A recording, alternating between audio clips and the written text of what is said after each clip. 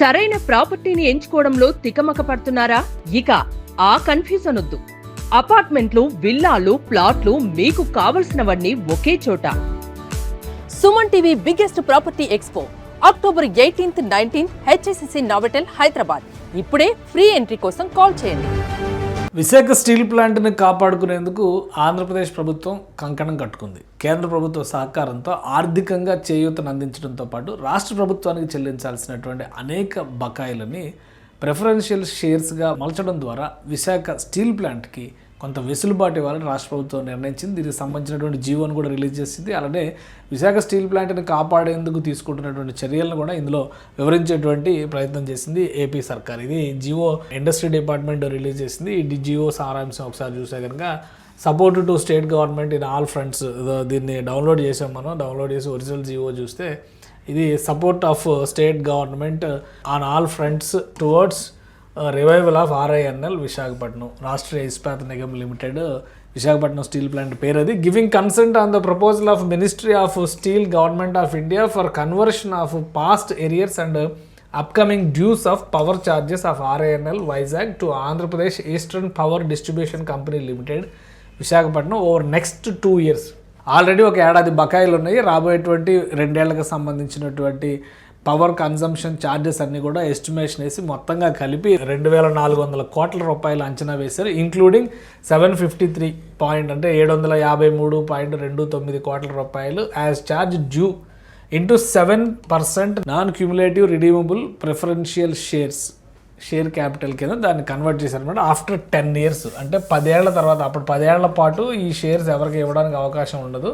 10 ఏళ్ల తర్వాత మార్చుకునే విధంగా దీనికి అంగీకరించింది రాష్ట్ర ప్రభుత్వం. As a state support measure towards the revival of RINL. దీన్ని RINLని పునరుత్తేజింపజేసేటువంటి కార్యక్రమంలో భాగంగా ఈ నిర్ణయం తీసుకున్నట్టుగా రాష్ట్ర ప్రభుత్వం జీవో రిలీజ్ చేసింది. ఈ జీవోలో చాలా అంశాలను కూడా మెన్షన్ చేసింది. ఆల్రెడీ గతంలో తీసుకున్నటువంటి నిర్ణయాలు, ఇప్పుడు రాష్ట్ర ప్రభుత్వం తీసుకున్న RINL is an unlisted company and the government of India holds 100% of share holding in RINL. RINL started incurring losses in 2015 to 16 except for the years of 2018-19 and 21-22. ఆ 2 సంవత్సరాలు మినహా మిగతా అన్ని చోట్ల కూడా అది కూడా ప్రాఫిట్స్, వెరీ నామినల్ ప్రాఫిట్స్ వచ్చినాయి. 96 కోట్లు ఒకసారి, 913 కోట్లు ఒకసారి వచ్చినాయి.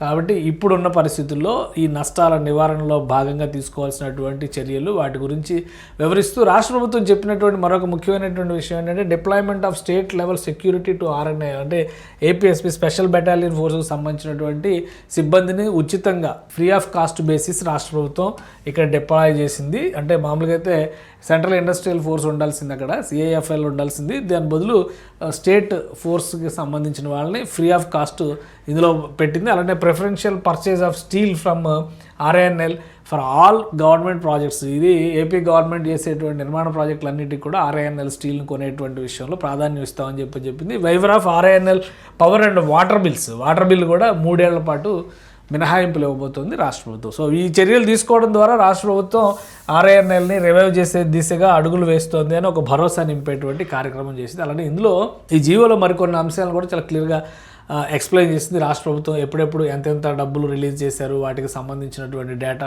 అలానే ఫైనాన్షియల్ టర్మ్స్లో కూడా accordingly wide reference third read above government have approved for deployment of 167 APSPF police personnel, that is 1 inspector, SIs 4, 4 sub inspectors, head constables 26 మంది, కానిస్టేబుల్స్ 136 మంది. అది వీళ్ళందరినీ కూడా state government free of cost అక్కడ డిప్లాయ్ చేస్తుంది Vizag steel plant దగ్గర at free of cost with effect from 1/5/2025. అంటే May 1వ తేదీ నుంచి ఈ ఫైనాన్షియల్ ఇయర్ బిగినింగ్ నుంచి కూడా ఫ్రీ ఆఫ్ కాస్ట్ అక్కడ వాళ్ళు పెడుతుంది. ఇంప్లికేషన్స్, దీనివల్ల కాస్ట్ ఇంప్లికేషన్స్ ఎంత వస్తాయంటే 19,72,2,432 రూపాయలు save towards recurring charges for 1 year, ఏడాదికి అంత కలిసి వస్తుంది. And 7,02,000 rupees 432 rupees non recurring charges as part of state support to RINL revival package. అంటే దాదాపు ఒక 20 కోట్ల రూపాయలు విలువ చేసేటువంటి సెక్యూరిటీ ఖర్చుల్ని ఏడాదికి రాష్ట్ర ప్రభుత్వం తగ్గించిందని ఎక్స్ప్లెయిన్ చేశారు. అలానే రాబోయేటువంటి అంటే డ్యూస్కి సంబంధించి కూడా APDCL అడిగినటువంటి దాని ప్రకారం చూస్తే 10.5% ఇంట్రెస్ట్ రేట్ పెట్టారు, కానీ ఓన్లీ 7% ఇంట్రెస్ట్ రేట్కే రాష్ట్ర ప్రభుత్వం అప్రూవల్ ఇచ్చింది. సో ఎందుకంటే ఆల్రెడీ అప్పుల్లో కష్టాల్లో ఉంది కాబట్టి RINLని కాపాడాలంటే కనుక ఇది ఇందులో కొన్ని పాయింట్స్ కూడా మెన్షన్ చేశారు. ఇది కేవలం ఒక బిజినెస్ వ్యవహారంగా చూడాల్సినటువంటి అంశం కాదు, ఇది ఎమోషన్స్, తెలుగు ప్రజల ఎమోషన్స్తో ముడిపడి ఉన్నటువంటిది, త్యాగానికి సంబంధించినటువంటి ప్లాంట్, ఇది చరిత్ర ఉన్నటువంటి ప్లాంట్ కాబట్టి దీన్ని బిజినెస్ లాగా చూడకుండా పర్సంటేజ్ల విషయంలో కూడా కాంప్రమైజ్ అవ్వాలని చెప్పని పవర్ సప్లై కార్పొరేషన్కి రాష్ట్ర ప్రభుత్వం క్లారిటీ ఇచ్చింది. అలానే union cabinet committee economic affairs వీళ్ళు రిలీజ్ చేసినటువంటి అమౌంట్స్, వాటికి సంబంధించినటువంటి డేటా కూడా ఈ జియోలో క్లియర్గా మెన్షన్ చేశారు. Emergency funds released in September 2024 500 కోట్ల ఈక్విటీ, అలానే లోన్ 1140 కోట్లు approved for conversion to 7 non cumulative redeemable preference share capital, అది ఇది ఒకటి. తర్వాత fresh equity infusion approved January 25 9,800 crores-ని కన్వర్ట్ చేశారు. వాటిలో రిలీజ్ చేసినటువంటి అమౌంట్స్ కూడా Q4లో ఎంత రిలీజ్ చేశారు, Q1, Q2 వాటికి సంబంధించినటువంటి వివరాలు ఇవన్నీ కూడా రాష్ట్ర ప్రభుత్వం మెన్షన్ చేసింది. మొత్తం మీద ఇప్పుడు ఈ జియో మొత్తం చదివితే మనం చాలా డీటెయిల్స్ వస్తాయి, కానీ పరిశ్రమల శాఖ కార్యదర్శి యువరాజ్ పేరు మీద రిలీజ్ అయినటువంటి జియో ఇది. ఆంధ్రప్రదేశ్ ప్రభుత్వం విశాఖ ఉక్కుని కాపాడుకోవడానికి కట్టుబడి ఉంది అనేటువంటి విషయాన్ని ప్రూవ్ చేసే విధంగా ఈ మినహాయింపులన్నీ ఇస్తుంది. రాష్ట్ర ప్రభుత్వం భవిష్యత్తులో కొనబోయేటువంటి ఉక్కు సంబంధిత అవసరాలన్నీ కూడా విశాఖ స్టీల్ ప్లాంట్ నుంచి కొనుగోలు చేస్తామని భరోసా ఇస్తుంది. 3 ఏళ్ల పాటు ఇవన్నీ కూడా పవర్ ఛార్జెస్, వాటర్ బిల్స్ ఇవన్నీ కూడా రద్దు చేస్తూ ఒక నిర్ణయం తీసుకుంది.